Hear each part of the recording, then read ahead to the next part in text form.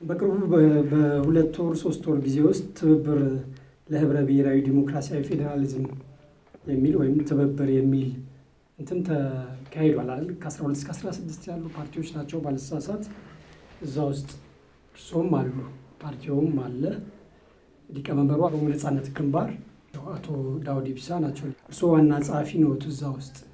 ይሄ ትብብር እንዴት ሊመሰረት ቻለ? ያው ትብብሩ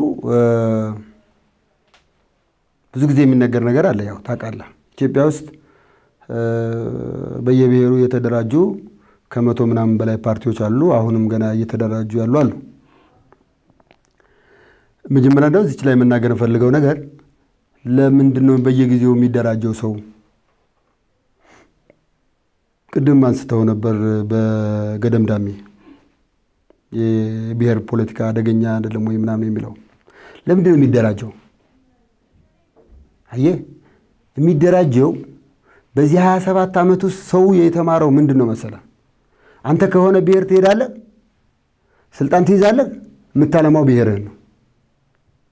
ስለዚህ ሁሉም ብሔር የሚመለከተው ስለሚያጣ በቃ የኔ ሞኪል እዛ መኖር አለበት ወደ ማለት ሄደ። የመንግስቱ መዋቅራዊ ሁኔታ ወደዚህ መንገድ እንዲሄድ ስለሚያደርግ ማለት ነው። በቃ ህገ መንግስቱ ላይ የመጣው ነገር የብሔር መብት የማክበሩ ችግር አይደለም። የብሔር መብት ማክበር ሌላ ነገር ነው። ግን ከወረቀት ላይ መሬት ላይ አልወረደም። ለምሳሌ ነገርኩ ዋግምራ ለምሳሌ ዞን ነው አይደል? ግን የወረዳ ልማት የለውም። ሌሎቹ ደግሞ ከአቅማቸው በላይ ተሸክመው ወረዳ ሆነው የትየለሌ ከተማ ይሆናሉ የለሙ። ሰቆጣ ስትሄድ ግን ጀሪካን ተኮልኩሎ ነው የምታየው። ውሃ የለም፣ ጤና የለም። ፌዴራሊዝሙን የመተርጎም ችግር ነው። ምክንያቱም ሰዎች ስልጣን ላይ በሚወጡበት ጊዜ ወደ መንደራቸው ይማድላት ሙስናው ተወለላው ያ ችግር ስለሆነ ነው። ያ ችግር ለምን ተፈጠረ ያልክ እንደሆነ ፌዴራሊዝም ስርዓቱን ለማስጠላት በሚፈልጉ ሰዎች እየተካሄደ ነው። ይሄንን እንጂ በመሰረቱ ብሔር ተኮር የሆነ ፌዴራሊዝም ችግር አይደለም እያሉኝ ነው። የብሔር ተኮር ፌዴራሊዝም ሆነ ሌላው አሃዳዊም ችግር አለው። ሁሉም ችግር የማያመጣ የፖለቲካ አስተሳሰብ ወይም ደግሞ ርዕዮተ ዓለም ሊኖር አይችልም። ግን የምታየው አብዛኛው ፐርሰንቱ ይጠቅማል ወይ ነው። ከዚህ አንፃር ለኢትዮጵያ ፌዴራሊዝም ነው የሚጠቅማት የሚል እምነት አለን እኛ። ፌዴራሊዝም ሳይሆን የብሔር ፌዴራሊዝም ያው እንትን እያለ የሚሄድ ነው፣ እየቀረ የሚሄድ ነው። ያን 27 ዓመት ሙሉ ግን ያንን ቅድመ ሁኔታ አላሟላንም። ለምሳሌ አሁን ብልጽግና ፊት ብሎ ጫፍ ላይ እንደ ኮሚኒዝም ማለት ኮሚኒዝም ምናልባት ልጅ ስለሆን ካጣቅ ነው እንጂ ማርክሲዝም ሌኒዝም ብለ ኮሚኒዝም ላይ ስትደርስ ዝም ብለ ማንም ያመረተውን መብላት ነው። ብልጽግና ምንም ነገር ኢትዮጵያ ውስጥ ያሉ ችግሮችን ሳይቀርፍ ስሙ ሄዶ መጨረሻ ላይ ቁጭ ያለ ነው። ስለዚህ የብሔር ፖለቲካ ሄዶ ብልጽግና ላይ መድረስ አለበት በሂደት። ይሄ ማለት ምንድነው? አመኔታ እየተጣለ ለምሳሌ አንተ ኦሮሞ ሆነህ እኔ ትግሬ ሆኜ ወይም አገው ሆኜ አንተን ስትሾም የኔን መብት እንደምታስጠብቅ እምነት መጣል አለብኝ። እኔ ግን ፖለቲካ የመርህ ጉዳይ አይደለም። የመርህ ጉዳይ እንጂ የደም ጉዳይ ነው። አሁን ኢትዮጵያ ውስጥ ያለው የብሔር ተኮር አንዱ ችግር ቅድም እኮ በፓርቲው ውስጥ እንኳን በእርሱና በምክትሉ እንኳን ሲመጣ እየወረደ ወደ ዘውጌ ወደ መንደር ወደ አካባቢ እየሄደ ነገሩ በሙሉ ወደ እንትን ሆነ እንጂ በመርህ በአመለካከት በርዕዮተ ዓለም አይመለስም ወይ የኢትዮጵያ ጥያቄ? አንደኛው ችግር እሱ አይደለም ወይ? አዎ አሁን ያልከኝ ነገር የቅድም ለምሳሌ ይሄ ምን መሰለ ሰዎች ሁሉ ጊዜ አንድ ጥፋት ያጠፉና ለጥፋታቸው ሰበብ ይፈልጋሉ፣ መጠጊያ ይፈልጋሉ። ገባ? ወታደሩንም እኮ እኔ ወታደር ስለነበርኩ ነው ሊል ይችላል።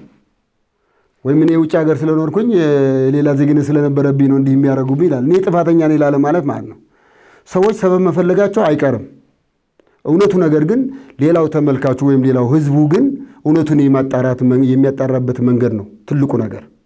ስለዚህ ፖለቲካ የደም ወይም ያስተሳሰብ ነው ወይ የሚለው ነገር አሁን ሁለቱም ሆኗል። የደምም ሆኗል፣ ሲጀመርም የደም አለው ከቶ አንድ ኢትዮጵያዊ ነው ስለ ኢትዮጵያ ፖለቲካ ተሳትፎ ማድረግ የሚችለው ደም የግድ ነው እዛ ላይ አሁንም ደግሞ የብሔር ፌደራሊዝሙ በአግባቡ ቢተረጎም ኖሮ ቅድም እንዳልኩ ሰዎች ወይም ብሔሮች በአንዱ ብሔር ላይ እምነት እንዲኖራቸው ቢደረግ አንዱ ብሔር የፌደራሊዝሙ ባለስልጣን ሆኖ ወይም ተጠቃሚ ሆኖ ሌላው ላይ ጫና ባይፈጠር ሁኔታው ራሱ ወደዚያ አይገፋውም ወይ ነው ይሄ እንዲሆን የሚያስችል አውድ አይደለም ወይ ያለው አውዱን ማስተካከል ሁኔታው ማስተካከል ነው እንጂ ይሄማ የሰው ልጅ ተፈጥሮ ነው እኮ ወደ ቀረቤታው ወደ ጓደኛው ወደ እንትኔ ነው የሚገባው መጨረሻ ላይ ይሄን እንዲሆን ያስቻለው ስርዓቱ አይደለም ወይ ነው አሁን የፌደራል ስርዓቱ አይደለም ችግሩ የፌደራል ስርዓቱን ብሔር ተኮር ፌደራሊዝሙ መጀመሪያ አነሳሱ ችግር አለው በያላም ምክንያቱም ለምን መሰለ እያንዳንዱ ብሔር በፊት የነበረበት ሁኔታ ታውቃለህ ባህዳዊ ስርዓት የመጣ ህዝብ ነው ስለዚህ እያንዳንዱ የራሱን ባህል የራሱን ቋንቋ ማሳደጉ ክፋት አልነበረውም እኔ ክፋት አለው ይላልስም ግን የፌደራሊዝሙ በወረቀት ላይ የሰፈረውና መሬት ላይ ሲወርድ ያለው ነገር በጣም ተለያየ ምክንያቱም መሬት ላይ ሲወርድ ቅድም እንዳልኩ ነው አንደኛው የዓለም መጨረሻ የድህነት ኮሪደር አንዳንዶቹ ደግሞ በዓለም 5ኛ ከተማ 10ኛ ከተማ የሚባሉበት ሀገር ተፈጠረ ማን ነው ተጠያቂው ለዚህ ምን ለዚህ ጉዳይ ኢትዮጵያስ እንደዚህ አሁን ለተፈጠረው ማን ነው ተጠያቂ ፓርቲያችሁ የሚያደርገው ባጠናው ማለት የፖለቲካ የመታገያ መርህ አለው አይደለ ሲነሳ ለትግል ይሄ ሆኗል ብሏል ለሆነው ሁኔታ ተጠያቂ የምታረጉት አካል ማን ነው ኢህአዴግ ማለት የትኛው ኢህአዴግ የፈረሰው ኢህአዴግ ልበልህ እና ያው ስም ላይ ለወጠ ባይዟል ሁሉም አሉ ያንን ጉልበታቸውን ያን ስርዓታቸውን ይዘዋል ስማቸው ነው ተቀየሩ አሁንም ህዝብን እያሰቃዩ ያሉት እነሱ ናቸው ሌላ አይደለም ጥሩ ወደ ትብብሩ እንምጣ ትብብር ለህብረ ብሔራዊ ዲሞክራሲያዊ ፌደራሊዝም ትብብር ውስጥ እየተንቀሳቀሳችሁ ነው የሱን ዋናነት እዛ ውስጥ የተሰባሰባችሁ ኃይሎች በጋራ አንድ ላይ ልትቆሙ ትችላላችሁ ተብላችሁ ማትታሰቡ ናችሁ እና ምንድነው ምን መርሆ ነው ለምሳሌ ማን ነው በጋራ የማይቆሙ በተለያየ ለምሳሌ እዛ ውስጥ ኦነግ አለ እስከ ትጥቅ ትግል እስከ ምን ሲያደርግ የነበረና አሁን በለውጡ የመጣ እናንተ አላችሁ ከተመሰረታችሁ አመት ከምናምን ውስጥ ያላችሁ ሌሎች ፓርቲዎችም አሉ እዛ ውስጥ ያላችሁት ማለት ነው መጀመሪያ ቅድም ለማያያዝ ሞክሬ የነበረው ነገር ፌደራሊዝሙ የጠየቀኝ ጥያቄ የዚህ ወደ ትብብሩ ለመጣቸው የሚለው ፌደራሊዝሙ አንደኛ የፖለቲካ ፓርቲዎች በስተዋል ቅድም እንዳልኩ በየአካባቢው ተቋቁመዋል መብታቸው ስለተደፈጠጠ ስላልተከበረ ሌሎቹ ሊያስከብሩ ስላልቻሉ የበለጠ እነሱ ደግሞ ደፍጣጭ የሆኑ ስለመጡ ሁሉም የራሴን መብት የህዝብን መብት አስከብራለሁ የሚሉ ኃይሎች ተፈጥረዋል እነዚህን ኃይሎች ጠቅላይ ሚኒስትሩን በመደጋገም መንግስትም ፓርቲዎችን የማገዝ ኃላፊነት ስላለበት በዓላማና በፕሮግራም የሚቀራረቡ ኃይሎች ለምን እየተቀራረቡ ፓርቲዎቹ እንዲያንሱ በነገራችን ላይ እኔ ባለኝ ዕውቀት ኢትዮጵያ ውስጥ ያሉ የፖለቲካ አስተሳሰቦች ዋናዎቹ ሁለት ናቸው ሶስተኛ ደግሞ አለ ዋና ያልሆነ ዋናዎቹ ሁለቱ አንዱ የፌደራሊዝም ስርዓቱ ወይም የብሔር ፌደራሊዝም የሚያራምደው ኃይልና ሁለተኛው ደግሞ የጂኦግራፊ ፌደራሊዝም የሚለው ነው ሶስተኛው ገባውጣሚ ለምሳሌ ብልጽግና የት እንደሆነ አያታውቀውም አንዳንዴ አህዳዊ ይሸታል ሌላ ጊዜ ደግሞ የብሔር ፖለቲካ ሲያራምድ ታገኘዋለህ እንዲህ የማጫወት ነገር ማለት ነው ህዝቡን እያጫወተ ነው ያለው ልይት ብሎ አልወጣም የብሔር ፖለቲካ ትቻለሁም አላለም አህዳውኛለሁም አላለም እሱን የመሰሉ እና ሁሉም ጋር መሆናቸው የማይታወቁ ፓርቲዎች አሉ ስለዚህ አንድ ግን የለየለት ደግሞ የጂኦግራፊ ፌዴራሊዝም የሚያካሂዱ አሉ፣ የፌዴራሊዝም የሚያካሂዱ አሉ፣ የኤትኒክ ፌዴራሊዝም የሚያካሂዱ አሉ። ስለዚህ አሁን ፓርቲዎች በትክክል ቢመጡ 3 ነው የሚሆኑት በትክክል ቢመጡ። ትልቁ ችግር ደግሞ አገሪቷ ውስጥ ያለው ችግር ምንድነው? ፓርቲዎቹ አይደሉም። ለምሳሌ እኔ የአገው ብሔራዊ ሸንጎ መሪ ነኝ አለ። ከኔ ጋር ምንም ልዩነት የሌለው ደግሞ አንድ ፓርቲ ይኖራል። ግን እኔ ስላለው አይመጣም፣ አይቀናጭም። እና የዚህ አይነት ባህሪ በጣም ያደገ ባህሪ ነው። ከዚህ አንፃር እኛ ምንድነው አንደኛ ሁላችንም የብሔር ፌዴራሊዝምን እናራምዳለን። የሚያገናኘን ያው ፌዴራሊዝሙ ዋናው ምሰሶአችን ነው ማለት ነው። በዚህ ላይ የተገናኘ ነው። ከዛ ውጭ ደግሞ ተስማምቶ ለመስራት ያለን ተግባቦት ነው። ተስማምቶ ለመስራት ተደማምጠን መስራት እንችላለን ወይ? አይ እዚህ ጋር የሚያደርጓችሁ ምሁራን በፖለቲካ ርዕዮተ ዓለም በመርህ ተስማምታችሁ ሳይሆን በአገር አቀፍ ደረጃ መንግስት የሚያስችል ድምጽ ለማግኘት ሲባል ብቻ እንደተሰባሰባችሁ ነው።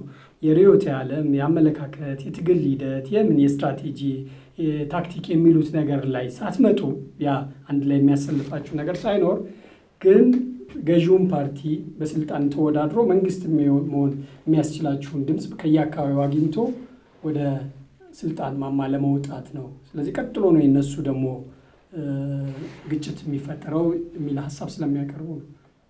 ይሄ ትንቢት አይደለም።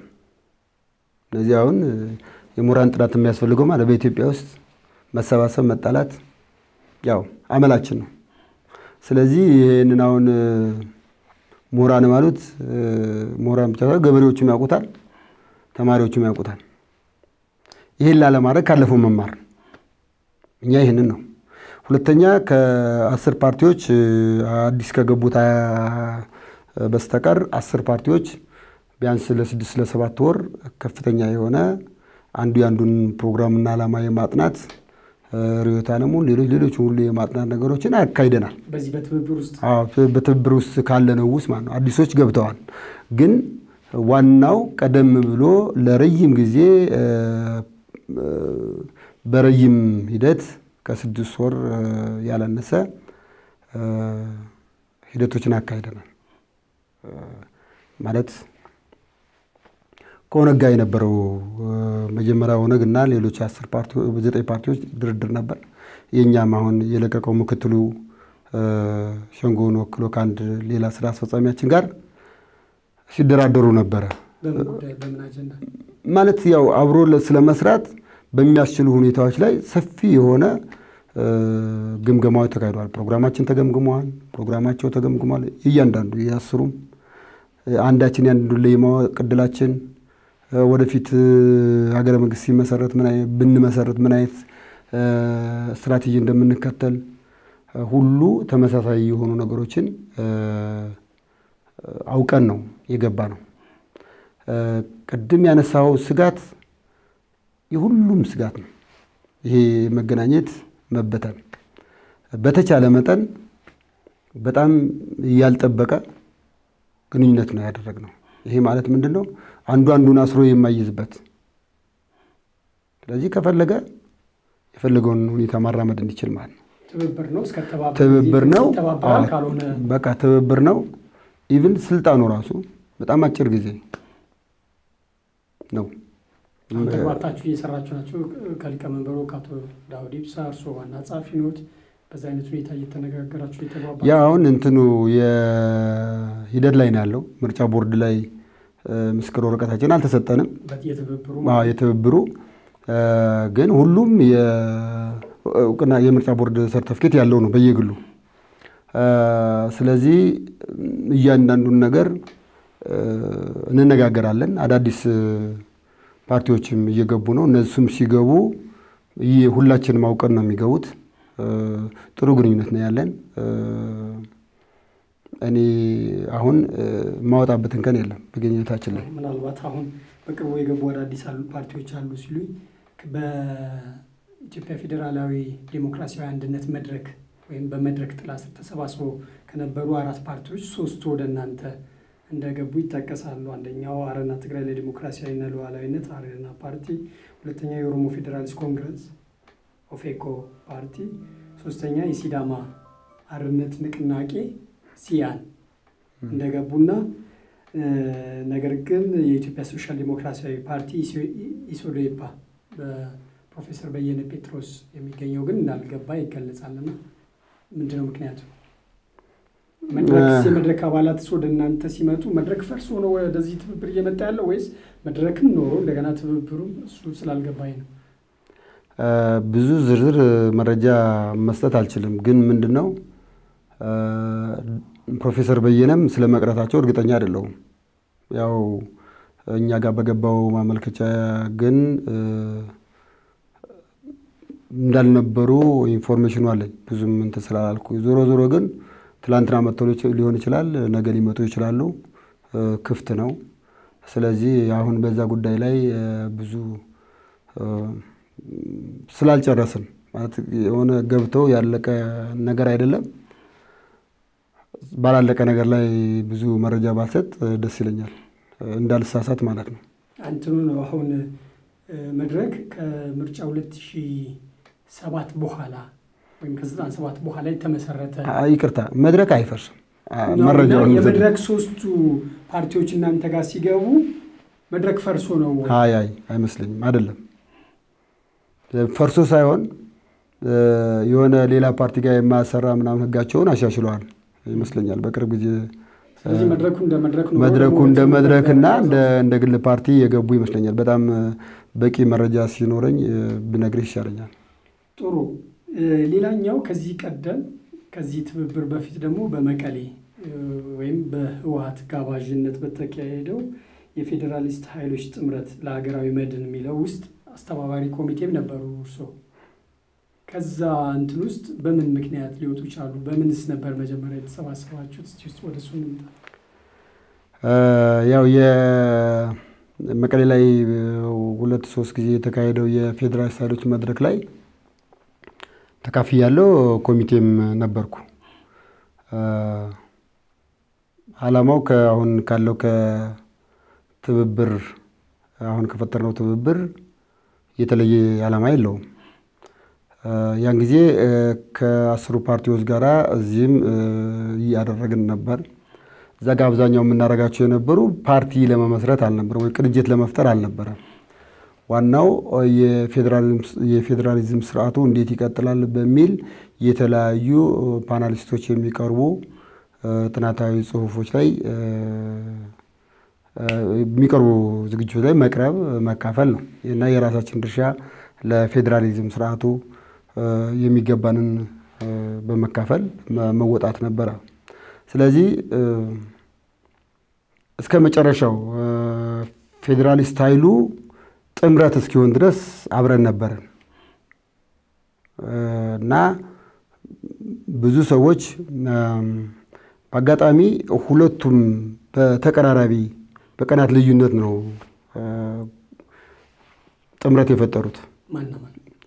የኛው ትብብርም ያኛው ለሀገራዊ መድን የተባለውም ሁለቱም በተቀራራቢ ነበር። ስለዚህ የመጨረሻው ላይ ግን ሁለቱም ላይ ያሉ ፓርቲዎች በብዛት እዛም የነበሩ እዚህም የነበሩ ነውና ምን ተፈጥሮ ነው ለሁለት እንደዚህ ሊከፈል ይችላል? አይደለም፣ አልተከፈለም። እዚህ የነበሩ እዛ የነበሩ የሉም። እኛ እዛ ነበርን። ብዙ ፓርቲዎች እዚህም ያሉ ጉባኤውን ይካፈሉ ነበር። እንደነገርኩ የፌዴራሊዝም ጉባኤ ነው። እናንተም እዛ የመቀሌውም ላይ ነበራችሁ፣ አስተባባሪ ኮሚቴውም ውስጥ ነበራችሁ። ለኦነግም ጥሪ ተደርጎለት ነበረ፣ አልሄደም። ለኦፌኮም እንደዚሁ ጥሪ ደርሶት እንደነበረ አውቃለሁ። ሌሎች ፓርቲዎች ደግሞ እዛ ውስጥ ነበሩ። የተወሰኑ ፓርቲዎች እዛም እዚህም ያሉ እንዳሉ አውቃለሁ። የተወሰኑ ፓርቲዎች ደግሞ ገና በዚህኛው በትብብር ውስጥ ያሉ አሉ፣ እዛኛው ላይ የቀሩ አሉና ምንድነው ምክንያቱ? መቀሌ ላይ ሲዘጋጅ የነበረው መድረክ ስለ ፌዴራሊዝምና ስለ ህገ መንግስት ወይም ደግሞ የፌዴራሊዝም ያለፉ እንከኖች አሁን ምን መሆን አለበት እውነተኛ ፌዴራሊዝም ለማስረጽ ካለፉ ስህተቶች ምን እንማር፣ እነዚህ በተለያዩ ምሁራን የሚቀርቡ በአብዛኛው በህገ መንግስትና በፌዴራሊዝም ጉዳይ ላይ የሚዘጋጁ መድረኮች ናቸው። እሱ ሂደት ነው። መጨረሻ ላይ ግን በመጪው ምርጫ ውስጥ በአንድ ትብብር ስር ወይም ሀገር አቀፍ ድምፅ የስልጣን ድምፅ ሊያሰጥ የሚያስችል ትብብር ወይም መድረክ ወይም እንትን ፈጥሮ መሄድ ነው። ወደ ነጥቡ ልመለስና ያ ሂደቱ ነውና መጨረሻ ላይ ግን በሀገር አቀፍ ደረጃ ሊያወዳድር ወይም ስልጣን ሊያጋራ የሚችል ድምፅ ይዞ ለመግባት የሚያስችል ትብብር መፍጠር ነው። ለምሳሌ እናንተ የፌዴራሊስት ኃይሎችን ወይም ለሀገራዊ መድን የተባለው ላይ ለምን አልቀራችሁም? ለምን እሱን ትታችሁ ወደዚህ? እኛ መጀመሪያ የጀመርነው ድርድር አለ። ኦልሞስት ፊርማው ሁሉ እኮ ተካሂዷል። 10 ፓርቲዎች የተፈራረሙበት ምናምን ዜና አልዘገብክም? ስለዚህ እኛ እዚህ ነበር እንደ ጥምረት ይሄን ያለ ነው። ከዚህ ከአሁን ትብብር የመሰረተው ግሩፕ ጋር ነን። እዛ ጋር ምን ሄደው እንደነገርኩ የፌዴራሊስት ኃይሎች ስብሰባ የሚባለው ወይም ደግሞ ይሄ በቅድም በነገርኩ በህገ መንግስቱ በፌዴራሊዝም ጉዳይ ላይ የሚደረጉ ውይይቶች ላይ ስብሰባዎች ላይ ኮንፈረንሶች ላይ ለመካፈል ነው። እነዛን እስከ መጨረሻው ተካፈልን። ከዛ በኋላ እነሱ ወደ ጥምረት ሲሄዱ ልዩነት የለውም እንደነገርኩ። ግን እኛ የጀመርነው ጥምረት ስላለ ወደ ትብብራችን መጣን እንጂ በመቃወም አይደለም። ያኛው ትብብር ከኛ ጋራ ምንም የዓላማ ልዩነት የለውም። ስለዚህ ወደፊት በአንድ በጋራ የምትሆኑበት እድል አለ ማለት ነው። ተስፋ የማደርገው እሱ ነው። ምክንያቱም ምንም ልዩነት የሌለው ስለሆነ በጣም አሁን ያላቀራረቡ ነገሮች ካሉ ወይም አጋጣሚዎች አለመመቻቸቶች ይመስሉኛል በአብዛኛው። ስለዚህ እነዛ ከሆነ ወደፊት አብረን ማንሰራበት ምክንያት ይኖራል ብዬ አላስብም። በሌላ በኩል ወደፊት ትብብር ለህብረ ብሔራዊ ዲሞክራሲያዊ ፌዴራሊዝም ወይም ትብብርና የፌዴራሊስት ኃይሎች ጥምረት ለሀገራዊ መድን የሚለው እንትን በጋራ የኔ ፍላጎትና የኔ ምኞት ነው።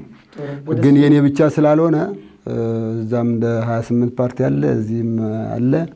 ስለዚህ የሁሉም ውሳኔ ነው የሚፈልገው። ወደ ቀጣይ ጥያቄ ሊሄድ ነው። እርሶ የኦሮሞ ነጻነት ግንባር ኦነግን፣ ህወሓትን፣ የኦጋዴን ብሔራዊ ነጻነት ግንባር ኦብነግን በማቀራረብ ሂደት ላይ ትልቅ አስተዋጽኦ ነበሩት ይባላልና ስለዚህ በብዙ በፖለቲካል ታሪካቸው ግጭት ውስጥ የወደቁ አካላትን ለማስማማት ጥረት እንዳደረጉና አሁንም በማድረግ ላይ እንዳሉና እንዲሁም በተወሰነ ደረጃ እንደተሳካሉት ይገለጻል። እውነት ነው? ከሆነስ እንዴት የሚለውን እስኪ እንደዛ አድርጎ መግለጽ በጣም ይከብዳል። ግን አሁንም እንዳልኩ ወደፊትም በእኔ ምክንያት የሚገናኙ ከሆነ ይሄን ለማድረግ ዝግጁ ነኝ። ያደረጉ ነው አይደለሁም። አሁን ግን ዙሮ በእንደዚህ አይነት ኢንፎርሜሽን ካለህ ለዚህ የሚያበቃ አቅምና እድል ካለኝ ለማድረግ ወደ ኋላ አልልም፣ አደርጋለሁ ከሆነ። ምክንያቱም ለመልካም ነገር ነው። በዚች ሀገር ላይ የተለያዩ እነዚህን አሁን የገለጽካቸውን ግዙፍ ኃይሎች አገናኝቶ ስለ አንድ ኢትዮጵያዊነት ስለ አንድ ሀገረ መንግስት እንዲያስቡ የማድረግ እድል ማግኘት መታደል ነው። ያንን አንድ ሀገረ መንግስት ነው ወይስ ለአንድ ወደ ስልጣን የመንግስታዊ ስልጣን የማግኛ ፖለቲካዊ መንገድ? እንግዲህ የመንግስትን ፖለቲካዊ ስልጣን አገኙ ማለት ያው መንግስት መሰረቱ ማለት ነው። ያ መንግስት ደግሞ እንግዲህ ሁሉንም ህዝብ የሚወክል መንግስት እንዲሆን ነው የሚፈልገው። እዛ ላይ ይህን የማድረግ የኔ ሚና እድለኛ ከሆንኩኝ ይሄ ማንም ወደ ኋላ የሚለው አይደለም። በደስታ ነው ማካሄደው። ከዚህ በፊቱ ሚናዬ ግን መግለጽ ይከብዳል። መልካም ሁሉ መኝሎታል። በጣም አመሰግናለሁ። ጤና ይስጥልኝ አድማጭ ተመልካቾቻችን። ከአገው ብሔራዊ ሸንጎ ጋር ከአቶ አላምረው ጋር ያደረግነው ቆይታ በዚሁ ይጠናቀቃል። ሳምንት ከሌሎች እንግዶች ጋር እንገናኛለን። ሰላም።